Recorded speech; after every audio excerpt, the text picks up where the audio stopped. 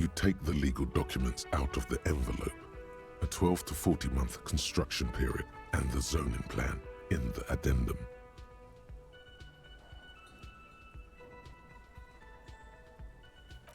I'm no property lawyer, but it looks fine. I like the print size. They're not selling or leasing anything. It's not a perfect solution, but... The youth center cuts into the ocean like the bow of some great modern ship. Apparently, it's going to cover most, if not all, of the street and the square between the existing houses. It's 3 stories tall. There is no loophole. The simple truth is the current residents are going to lose their street access, and for the next 12 to 40 months, their lives will be dominated by constant construction noise right next door. Once the construction starts, it will probably take a few months, a year maybe, for even the most stubborn occupants to get tired of living like this. After that, they'll sell their property for cheap and move out. I should have seen it. Everard probably has eyes on us, but we could try to get other people to sign this instead of those listed. Or you could forge their signatures yourself. By the time he finds out, we'll already be gone. However, we'll need access to the coast before we do anything. Everard won't believe you got villager signatures if you can't even get to the village. You can try a forgery as soon as we can cross the waterlock.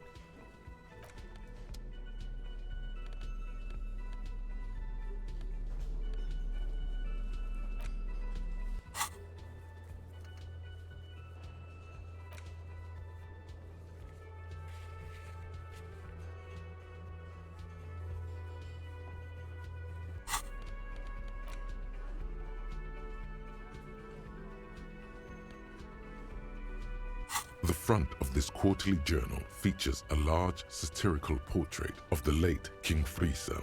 From the sides of his head, a pair of white antlers spread to the corners of the cover. Because white antlers are one of the symbols of communism, they represent a society in accord with the natural world and at the same time above it.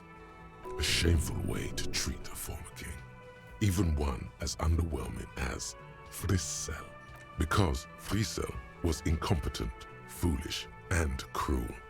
In short, the embodiment of everything the communards wished to overthrow. It's satire, you see. To your disappointment, there aren't any full-color pictures to direct your attention. Just column after column of closely set text, interrupted occasionally by little doodles in black and white. After rifling the pages with your thumb several times, you return to the table of contents. The magazine is divided into several sections: international developments, Kunst und Kultur, and local concerns. Just inside the cover, there's also an editor's note. Comrade, as you know, this journal takes its name from Mazov's immortal expression, du cristal à la fumée. This was his way of describing the way the rigid, crystalline structures of capitalist ideology turn to smoke under communism. But like the structures of capitalist ideology, we too are at risk of going à la fumée. Unlike many publications which are content to spoon-feed their readers reassuring drivel, La Fumée is committed to telling the radical truth, even when that truth may drive away. So please, if you value our radical Mazovian perspective on contemporary politics, culture, and international affairs, please consider subscribing today. Yours in struggle, the editors. What do you expect? It was laying around the office of the Debarders Union. They're probably bankrolling the thing. You flip back to the front of the magazine, the table of contents. This section includes a long, tedious critique of the latest round of free trade negotiations between the EPIS nations and the Free State of Semenine. You also skip over an article about heavy fuel oil smuggling along the Messina border. Face it, You really aren't interested in foreign affairs. You're not even sure where most of these countries are. You flip back to the front of the magazine. The table of contents, it takes a moment, but gradually it dawns on you that Kunst und Kultur must mean arts and culture. As you leaf through this section, you come across several reviews of recent radio plays, as well as a brief artist spotlight. The main feature, though, is a long essay titled Tip Top Tournée, a critical Mazovian perspective. The actual article is surprisingly light on details, but after skimming a page or two, you gather that it has something to do with motor. If you don't follow it, you only ever hear about the ludicrous sponsorships and obscene death toll. This so-called artist spotlight is really just a brief Q&A, made all the briefer by the subject's evident hostility to her interviewer. You think you're settling in for a relaxing recap of the most recent season, maybe sprinkled with some nice anecdotes about a few of the more colorful drivers. Instead, you find yourself skimming a 10,000-word feature about all the politically problematic aspects of Tip Top Tournée. Where to even start? For one, there's the crass commercialism of its sponsorships, and then there's the practically criminal emphasis on deadly motor crashes. Oddly enough, this article has two bylines, Nasteb Encolada Bernal and Exilus Buka. There's no way those are real names. Have you ever met anyone named Exilus? Come on, they're plainly pseudonyms. Under capitalism, the article says, every pursuit has its price. Every pleasure, even one as elemental as the joy of racing others around a track, is reduced to an advertisement. Thus, the so-called tournée becomes a competition between increasingly meaningless brand signifiers. Your discount laundry detergent racing against a pack of Astra cigarettes, or even a fritter. And that precisely is what's problematic about it. Were it not for the promise of random, spectacular violence, audiences would quickly lose interest. At the end of the day, it's the destruction of these 750,000 real races that you're really watching for.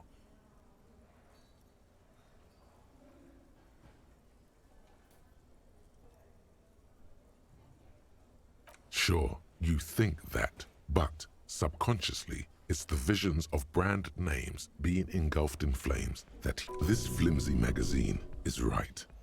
Deep down, you know the only true stakes are life and glory. That's because you haven't been reading critically. But don't worry. The whole point of these sorts of articles is to let someone else read critically for you.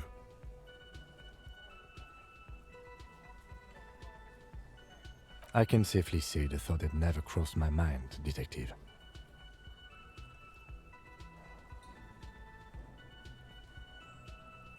I'm sure most things are, if the young men who wrote this article are to be believed. If I had to wager, I'd say they've never even seen the inside of a motor, much less a motor race.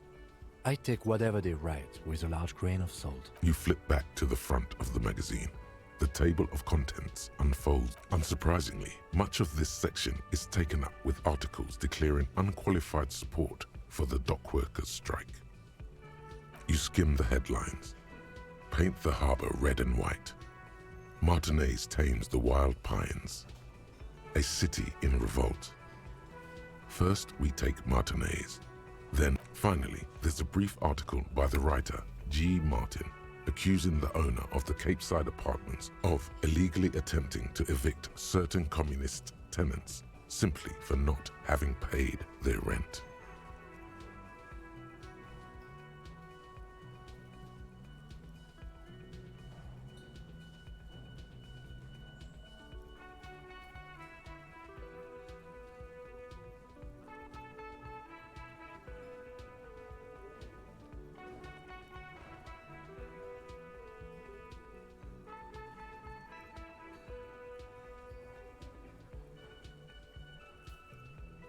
According to these editorials, there can be no accommodation with the forces of international capital or their mucilaginous allies. If you flip back to the front of the magazine, the table of contents unfolds before you.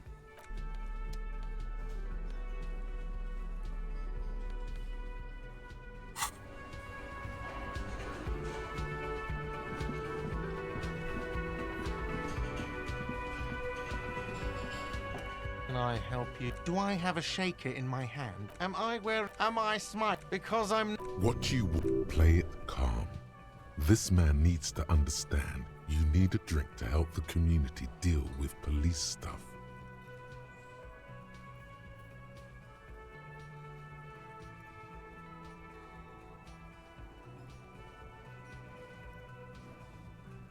Even more reason for me not to serve you, sir. Was there anything else? Another thing. Great. Yes.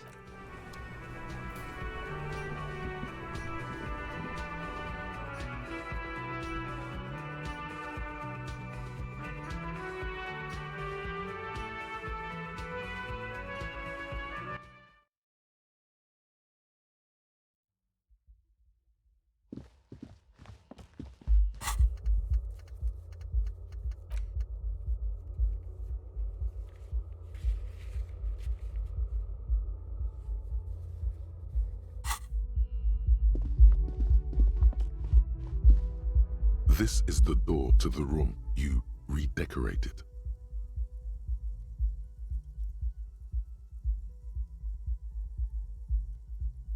Just a moment.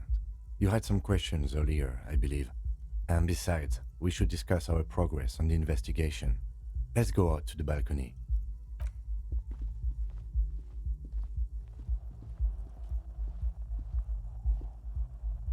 The air outside is brisk. The lieutenant is silent for a moment. He listens to the traffic hum. Then,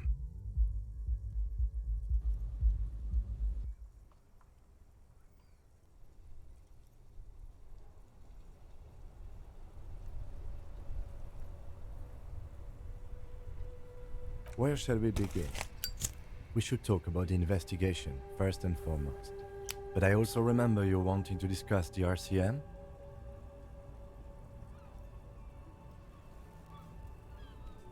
I have a cigarette every night when I go over my notes. It's something of a ritual.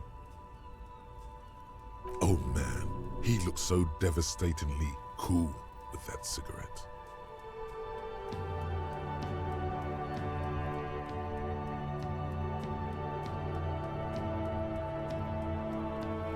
I apologize, but I only brought one with me.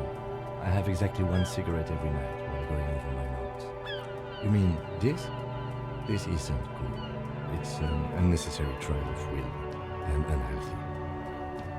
Keeping the habit within the parameters he's given himself takes a lot of focus. It would be easy to simply quit. Yes, it's been a long and eventful day. Well, we didn't even look at the body. And there's still much to do at the crime scene too. We didn't search it thoroughly enough.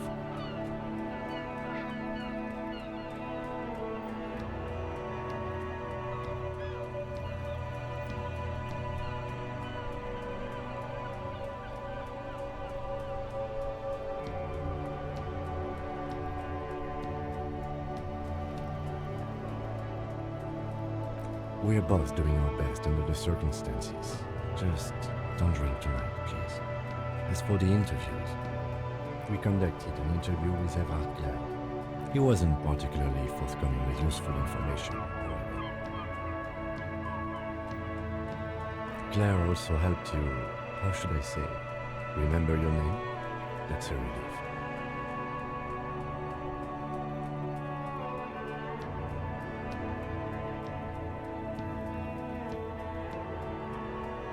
You can look into the process of changing your name after we finish this investigation. We didn't talk to the Wild Pines rep. We really must do that tomorrow. Above all, though, today was exhausting. What's with all the running? You run a lot. Is that a standard Precinct 41 practice? I have a really good theory about why you're running so fast, son. Just you wait until we get up tomorrow.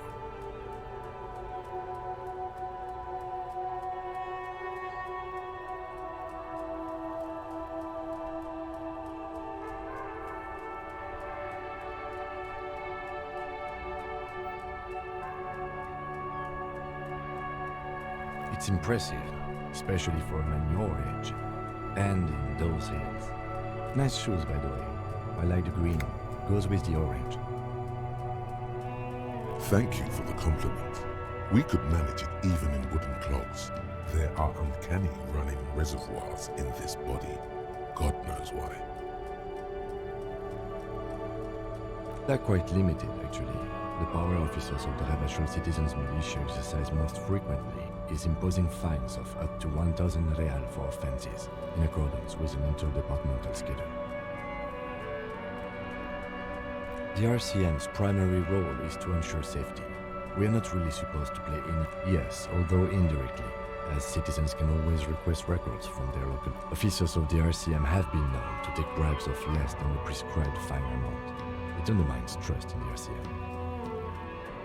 We can arrest people, of course, but rather than bringing someone in directly, it's preferable to serve a station call slip. It prevents confusion and overcrowding.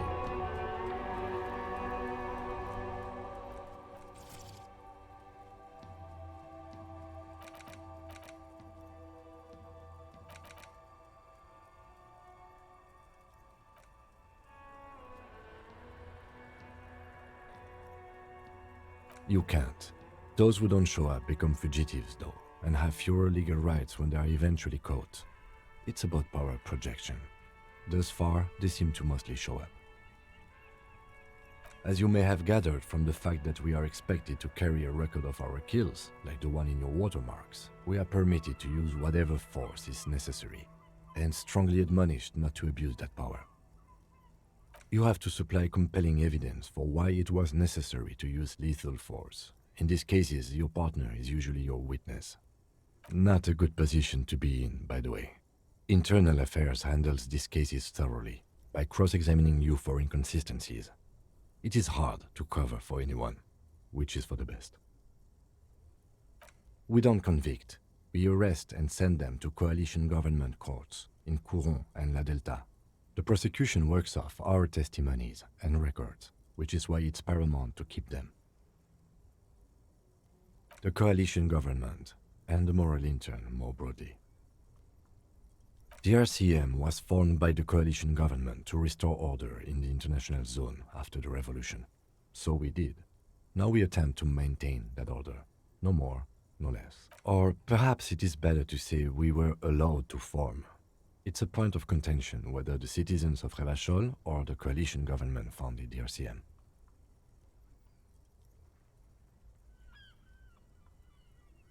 Be sentimental if you like.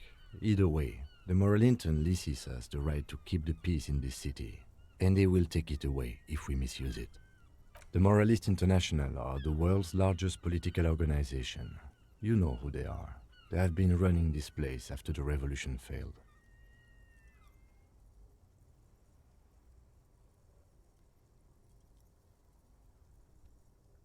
There are a union of center-left and center-right parties across the Real Belt. Our coalition government is just one of its many projects. They also run the ICP, EPIS, most intergovernmental organizations in the world. What do they believe in? They are Dolorians. They believe they continue the humanist project set forth by Her Innocence Dolores Day 4 centuries ago. Others say they are just technocrats. Interesting question. It's a blue forget-me-not. Their motto is love, compassion, self-discipline. I think you can gauge what they want you to think of them from that. Something kind and usual. Something almost self-explanatory. Something ominous. Something even a little feminine, but in a strict manner. A historic figure? The author of the modern age? You will have to look elsewhere for opinions. The subject of humanism is too abstract for me. For you, she is something painful, though it's hard to say why. The moral intern are a fact. I try not to have opinions on facts until they change. And it doesn't look like that's about to happen. Do you?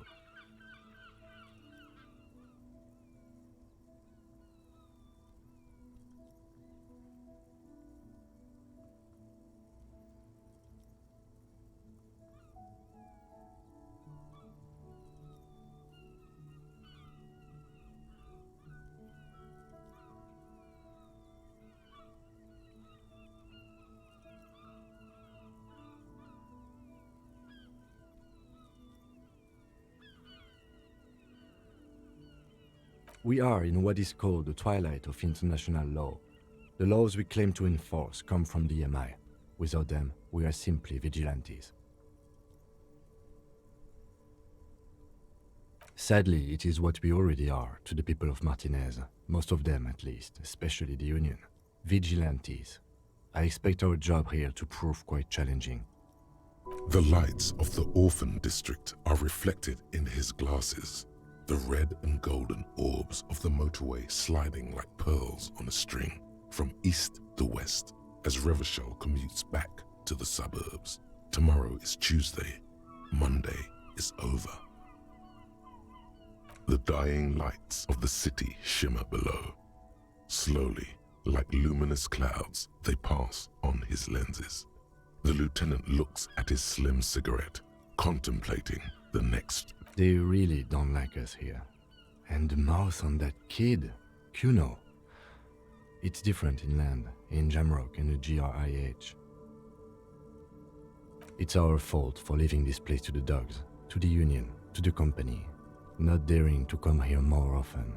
This place has fallen between the cracks, the jurisdictions of our two precincts. We run this city. West of the river is RCM land. It's incredibly hard. Human beings are... But we are in control, and it's worth it. The organization works, our systems work. If they didn't, the city would disintegrate.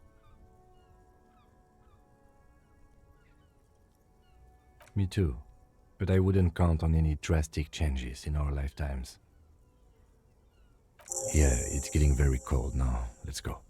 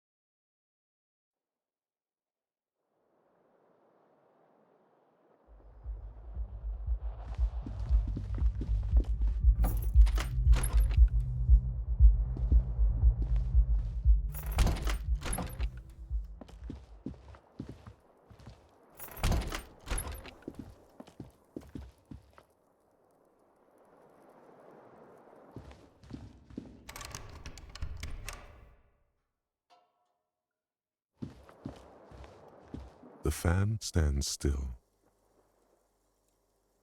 The switch must be broken because nothing happens. The air in the room, the lights are off again.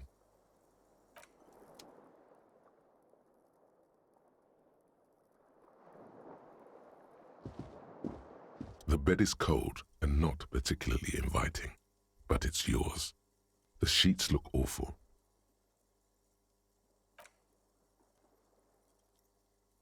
The sheets feel at once coarse and clammy against your skin. The bed sags beneath your weight as you stretch out and finally close your eyes. And then sleep doesn't come.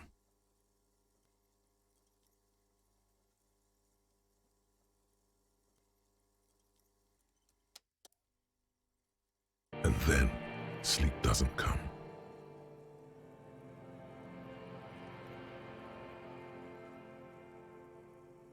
Maybe it's the bed's fault. Its synthetic filling has separated into hard lumps. The pillowcase smells oddly. It barely covers your toes, stretching over your soft belly. This is your body here, intimate and warm, breathing. Under your thrumming eyelids, you see a dizzying array of colors. You won't get off this carousel quite so easily. It's a little better. Colors, scenes, and half-formed phrases still litter your mind. part of you is still trying to solve the case, isn't it? Something to do with, what was it that the lieutenant said? Union? And it's gone again. Your thoughts lost between the slowing brain waves. Your breathing steadies. A great silence washes over you until your eyelids twitch in your sleep and images start forming.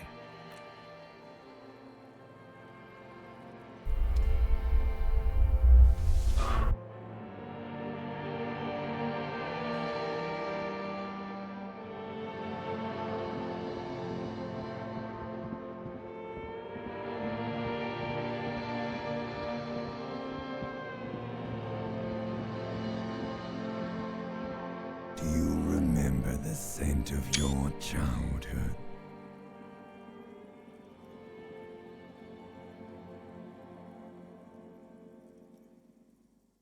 What it says on the can, Harry. Answer the question.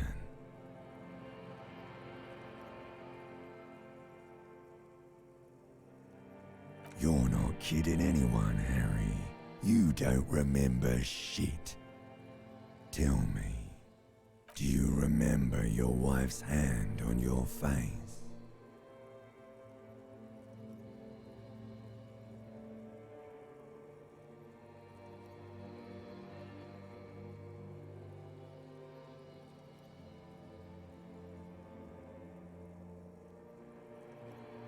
Do you remember the warmth of her thighs between her legs and in her mouth?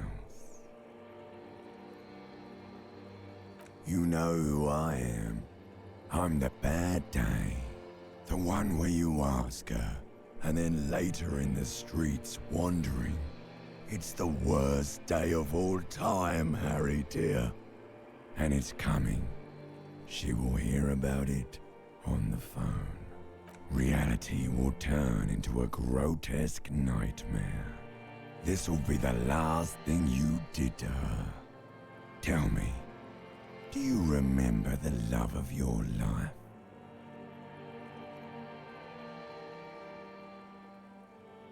That's right, funky baby. And you just stood there. One hand on the bottle and the other on your dick. Watching her go. Let it all be dragged away from you. Tell me, where are your friends? Human beings have friends, Harry boy. Where the hell are yours?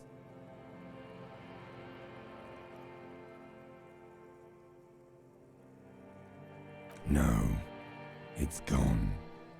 3 times gone and never coming back. You failed. You failed me.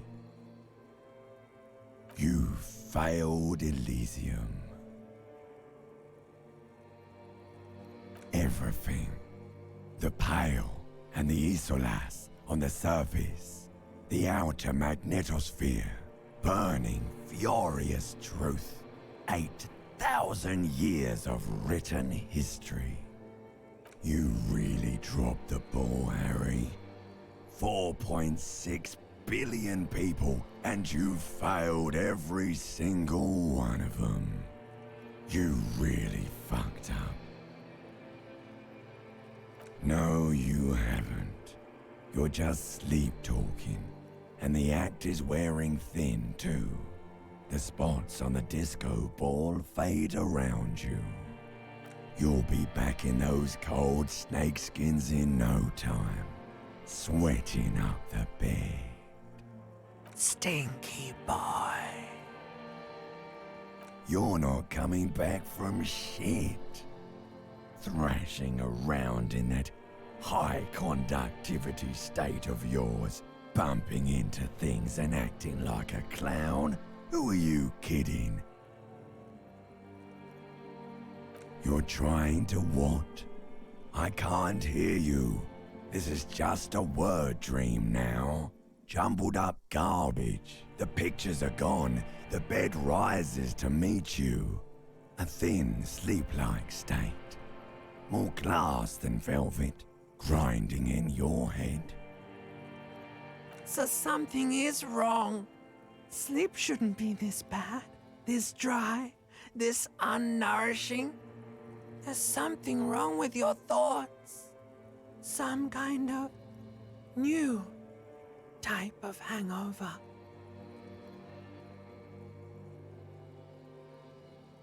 Oh yes, party boy, and it's worse than the one before. Just think of the shit you saw. Here it comes too. So soon already. A silent alarm goes off in your head like clockwork. Barely let you sleep at all. Time to get those clothes on, Harry. Time to go to work in the shit factory.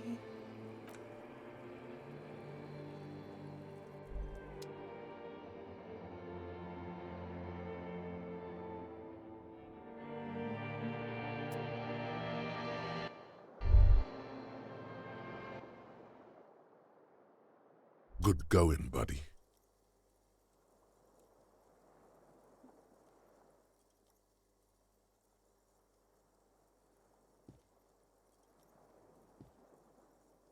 Yes, wait till you see the one with the chick in it. It's gonna be a good one. You feel even worse this morning than you did last night. You don't know? You don't know? Some broad that messed you up. It'll come to you. It always does. You mean, why are you so tired? Too tired and down to even think? It is worrying, isn't it? You can't be a detective like this. Detectives need to be able to think. It's just that your heart has finally pumped all the speed out of your system, Buster. Time to get some more. You're too weak to say no now. Waking up is the worst part. Maybe somewhere down the line you could decline.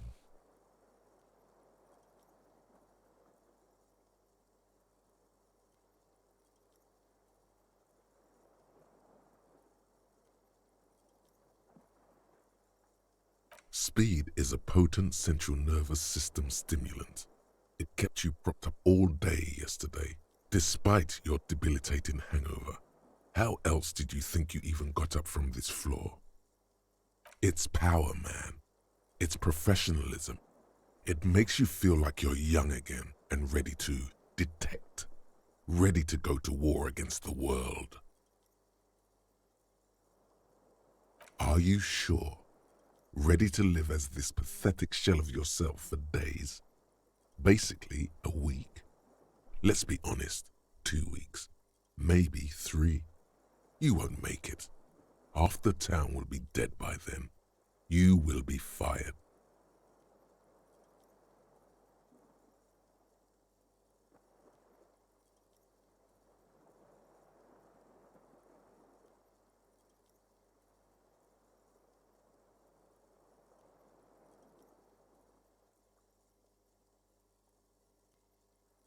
Fast recovery, man.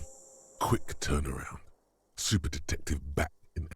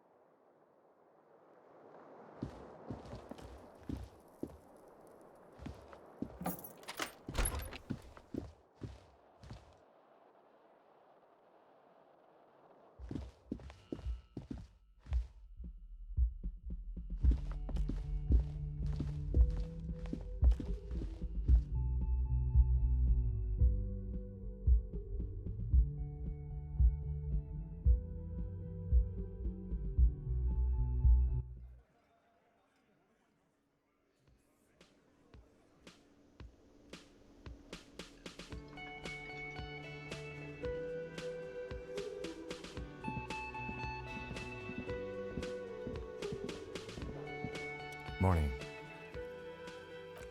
Looks like we can get to work at once. The union muscle turned up. They look rowdy. We should talk to them.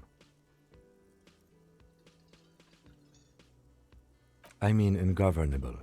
Martinez isn't exactly enthusiastic about the men who drink beer for breakfast. I have no doubt these are the Hardy Boys Evrard told us about. The ones who keep the peace around here. And the big one must be Hardy himself.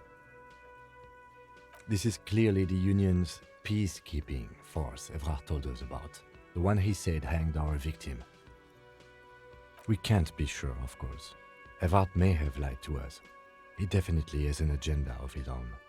Either way, we need to interview them, and it won't be easy. I completely forgot.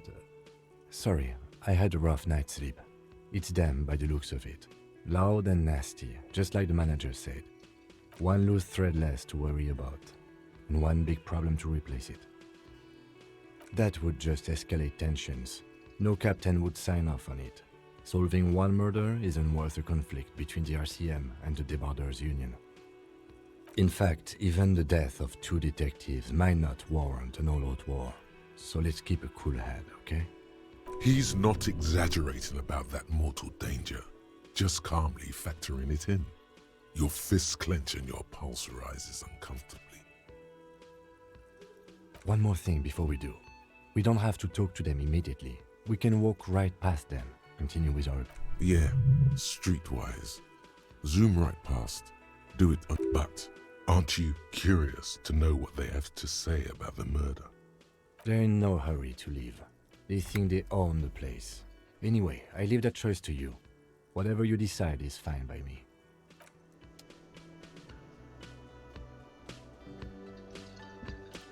Just a moment.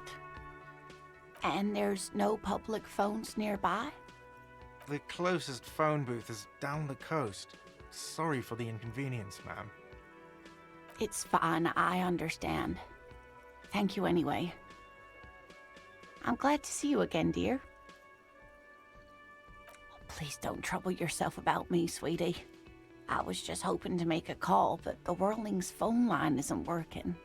The union office probably has a phone, but I can't really get there. Or to the phone booth down the coast. And Gary's phone is dead too. The manager was vague about it. To let the young woman who's house-sitting for us know that we may be delayed. Morel, my husband, and Gary were supposed to get back by Monday night, but they're still missing and I haven't heard from them. I was also hoping she'd heard from Morel. A little missing persons puzzle might just be the thing to take your mind off the hangover.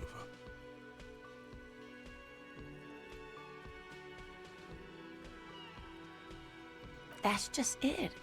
This isn't like him at all. He always plans his expeditions so carefully. A cold breeze hisses through dense thickets of reeds. Something sweet in it, somnolent. A damp chill goes down your spine. When you look around, You have more important things to worry about.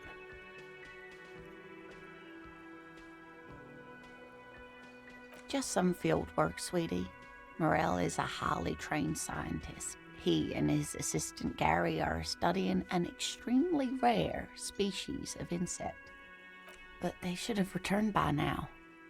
They were just going down the coast across the waterlock to set a few traps. He said they'd be back on Monday. the waterlock, that was broken. Could this be it? Oh, sweetie, it's nothing like that. Gary's as loyal as they come. I trust him with my husband's life any day. Oh my, what happened to the waterlock? Well, whatever the cause, I'm thankful. To both of you. You've spared me another sleepless night.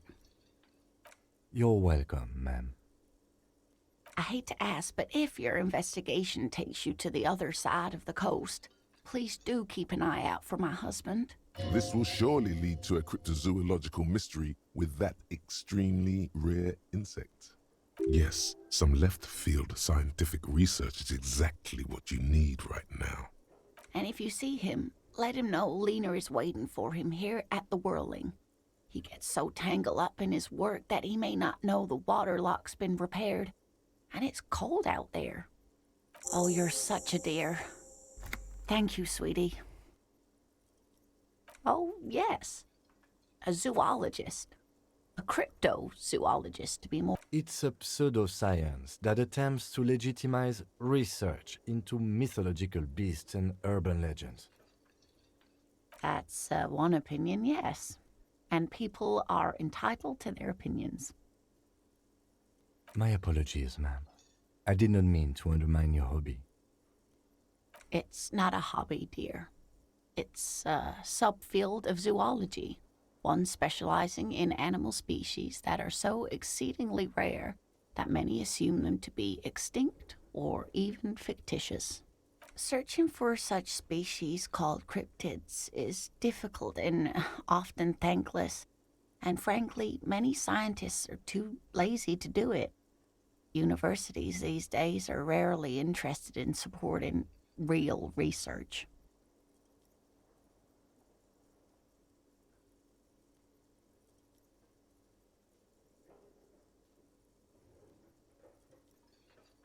Oh dear, I'm not sure where to begin. Well, his expression is slightly grumpy, but his eyes are always bright and curious, like a small boy's, and his palms are quite coarse from all the field work. You can't go around Revachol feeling grown men's hands. If you want to find her husband, you'll need more concrete. Oh, well, he's a bit shorter than you, but with a larger frame, and he has longish white hair, usually a bit uncombed. You might say wild, even. The lieutenant pulls out his notebook and One other thing, he'll likely have all kinds of field gear on him, even if he's not out in the reeds, you know. We'll be celebrating our 16th anniversary this autumn. Not the most numerically satisfying anniversary, but via dating agency, I'm ashamed to say. I was looking to get back into the scene after recovering from my accident, and he'd just divorced. We hit it off, and, well, here we are. She's skipping over some important parts. Perhaps you'll find out more later. I hope I've been useful. Oh, sweetie, it's fascinating, but I shouldn't bore you with entomological minutiae. The lieutenant gives you a sideways glance. Well, it's a phasmid, technically, but... Ah yes, Phasmatodia, a diverse group of insects whose bodies resemble twigs, leaves, that sort of thing. Ghost insects, colloquially. Oh yeah. Here comes the interesting. Where other phasmids imitate sticks or leaves, this one's a living reed. It disguises itself among the reeds here on the Insulindian coast. Hence its name, the Insulindian phasmid. Perhaps you'll end up co-discovering the phasmid with us, officers. There's a touch of awe in the way she enunciated the creature's name. I knew it. We're gonna be chasing made-up insects with cryptozoologists. It's not made up, officer. I can assure you. It's simply elusive, so much so that most establishment zoologists doubt it exists at all. Well, some teenagers making out in the reeds saw one. They didn't know what it was, of course, but there was a brief article in a local newspaper about their encounter with a ghost insect that looks like the reeds. Gary, of course, most phasmid sightings turn out to be false alarms, but their description matched the Insulindian phasmid perfectly, and they didn't even know what they were looking at. Not at all. Why else would it hide itself so carefully? Oh, I doubt it. No one gets into cryptozoology for the money, sweetie. Yes, it can blend in almost perfectly among the reeds. It's how it stayed hidden all these years, centuries even. Oh dear, I'm afraid I'm not explaining this very well. It is very special. Morel can explain it all much better. I wish you could hear him describe it. Then you'd understand, I'm sure.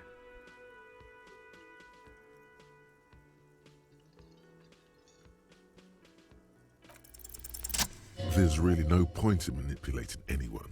She'd be only too pleased to tell you about her work. Go on and ask. Oh, I'd be delighted. Truth be told, One cryptid, not a couple. One. This won't turn into some kind of cryptid extravaganza. He nods and assumes a waiting posture. Cryptids, cryptids. Let's hear about all the interesting cryptids. Ooh, tough choice there.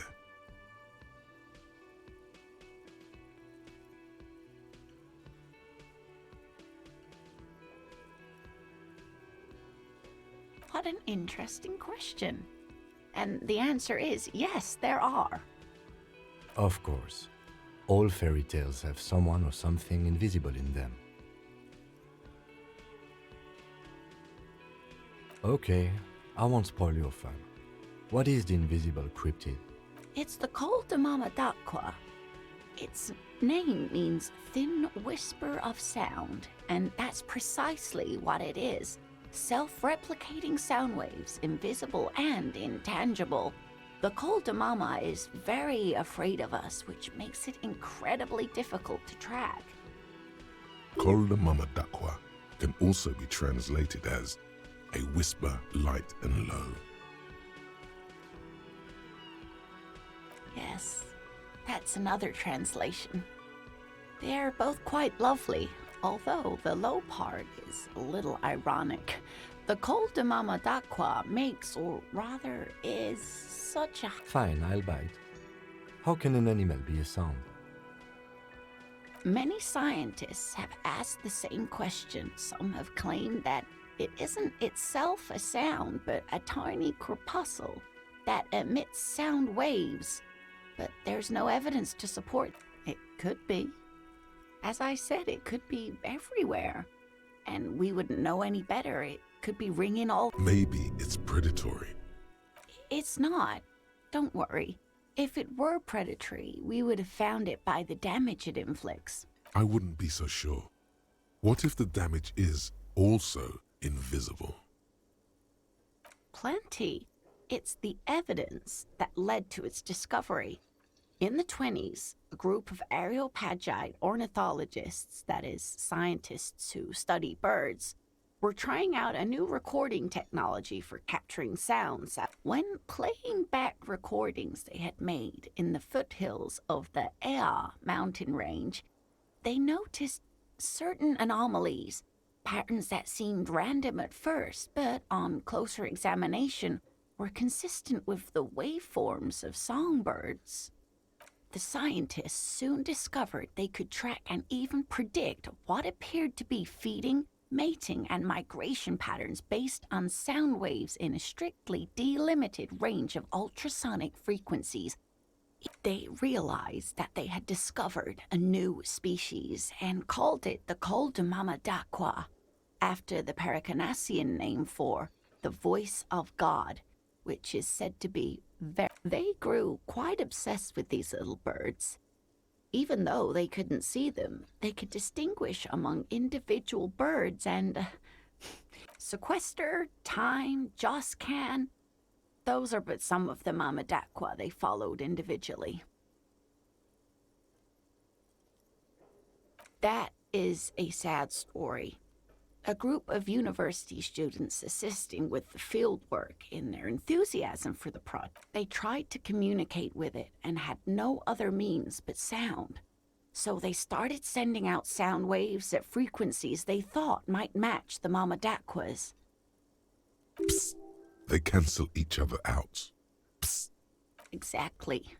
And these tests were performed so recklessly that when they happened upon the right frequency, well, they wiped out most of the population.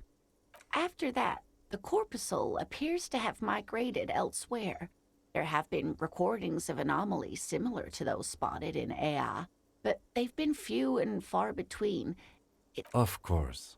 A common thread in these. disappearance and unfalsifiability. I like the story, though, ma'am. I'm glad you did, dear. What about what? Hey, you promised you'd only ask about one cryptid.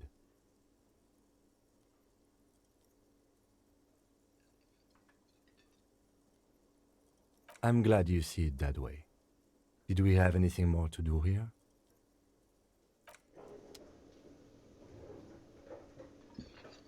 Yes? What do you want to know? Good.